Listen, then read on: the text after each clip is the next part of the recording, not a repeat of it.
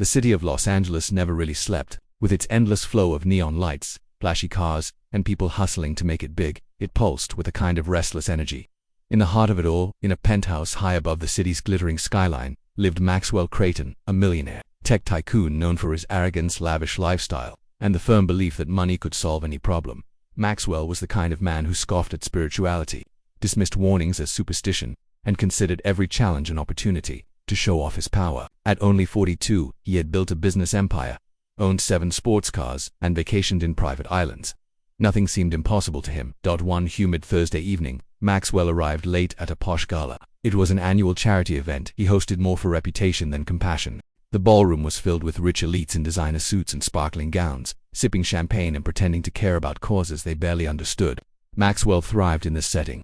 He smiled, shook hands, posed for pictures, and soaked in the praise. But just as he was stepping onto the stage to deliver his annual speech, an old man appeared at the front of the room. He looked wildly out of place, tattered coat, sunken cheeks, eyes clouded with age, and something deeper, something darker. No one knew how he'd slipped past security. He pointed a crooked finger at Maxwell and said in a raspy voice that silenced the room, "You will die tomorrow." Everyone froze. A few gasped, others chuckled nervously.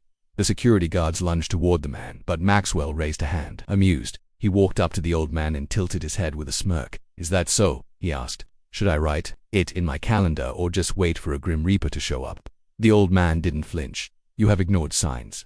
You laugh at warnings. But your time is almost up. Tomorrow your soul will beg for mercy." The crowd grew restless. Maxwell leaned in, his voice dripping with sarcasm. "Well, thank you for the heads up. Maybe I'll reschedule my golf game." Laughter rippled through the room. The security finally dragged the old man away. Maxwell returned to the microphone, made a few jokes about crystal balls and fortune cookies, and the tension dissolved into champagne, bubbles, and orchestra music. But that night, as Maxwell stood before his floor-to-ceiling window, staring at the city lights, a strange chill crawled up his spine. He shook it off and poured himself a glass of whiskey. He had no time for nonsense. He went to bed, convinced he'd wake up to another day of power and pleasure at 3:12 a.m. Maxwell was jolted awake, not by a noise but by a suffocating pressure in his chest. He sat up, gasping. Sweat poured from his forehead. His heart thudded. Like a drum, something was wrong. He reached for his phone. No signal. The power in the penthouse was completely out. Panic crept in. He staggered to the bathroom, splashed water on his face, and stared into the mirror. For the first time in years, he looked scared. Suddenly, a shadow moved behind him. He turned, but no one was there. Then he heard it a whisper. "Tomorrow." He stumbled backward, knocking over a glass. The sound of shattering filled the silence. Trying to regain control, he convinced himself it was just stress. He'd been working too hard. Too many late nights, too many decisions, too much responsibility. At sunrise, the power returned. His assistant arrived. Meetings began. The world continued. But Maxwell wasn't the same. He canceled his morning conference. He kept checking his phone, his watch, the sky. Every shadow seemed sinister. Every sound made him jump. By afternoon, the paranoia had deepened. He locked himself in his office and pulled up security feeds. He called his doctor, demanding a full checkup. When his assistant reminded him of his board dinner, he snapped, "I'm not going anywhere." The fear had taken root, and it was growing. At 6:07 p.m. a bird slammed into the window of his office. Dead on impact, he screamed. By nightfall, he was pacing like a madman. He tried calling friends. No one picked up. He called his lawyer, his pastor, even his estranged brother. No answers. He sat on the floor, clutching his chest, eyes wild. "It's just coincidence," he kept mumbling. He was just a crazy old man. But deep down, something whispered, what if he wasn't? At 11:42 p.m. his phone buzzed.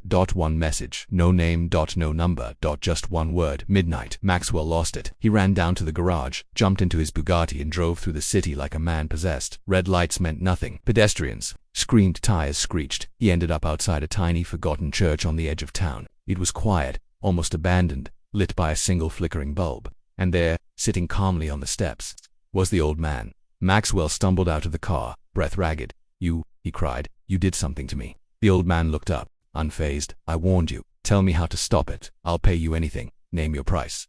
The old man stood. "It's not about money." Maxwell fell to his knees. "Please, I can't die. You're already dying." The man replied, "But not the way you think." Maxwell's voice cracked.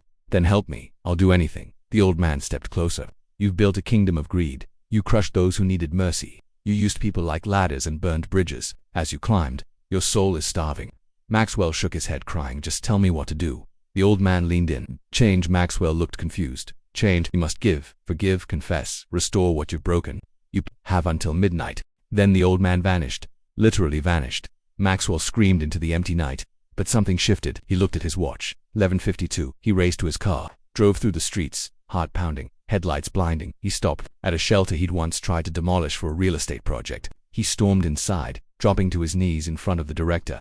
"I'm sorry," he sobbed. "Please, take whatever money you need. Save this place."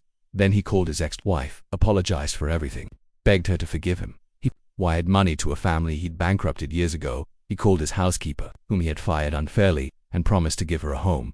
He confessed secrets to his brother in a voicemail, weeping between words. At 11:59, Maxwell stood in the middle of the street, staring at the sky, breathing deeply. And then it was midnight. Nothing happened. He waited, still alive. No reaper, no lightning, no death. Just silence. Then the church bell rang. 12 chimes. Maxwell fell to his knees again, but this time, in gratitude. The next morning he woke to sunlight pouring in. For the first time, he felt peace. A week later, he sold half his shares in his company and launched a foundation for the poor. A month later, he moved out of the penthouse and into a modest home near the community center he helped fund. People who once feared him now respected him, not for his money but for his change. He never saw the old man again. But he never forgot the warning. Because sometimes, the greatest death isn't when the heart stops beating. It's when the soul forgets how to live. Maxwell Crichton, the man who once laughed at a prophecy of death, became the living proof that even those who fall the hardest can rise with purpose. And all it took was one terrifying truth to finally teach him how to live.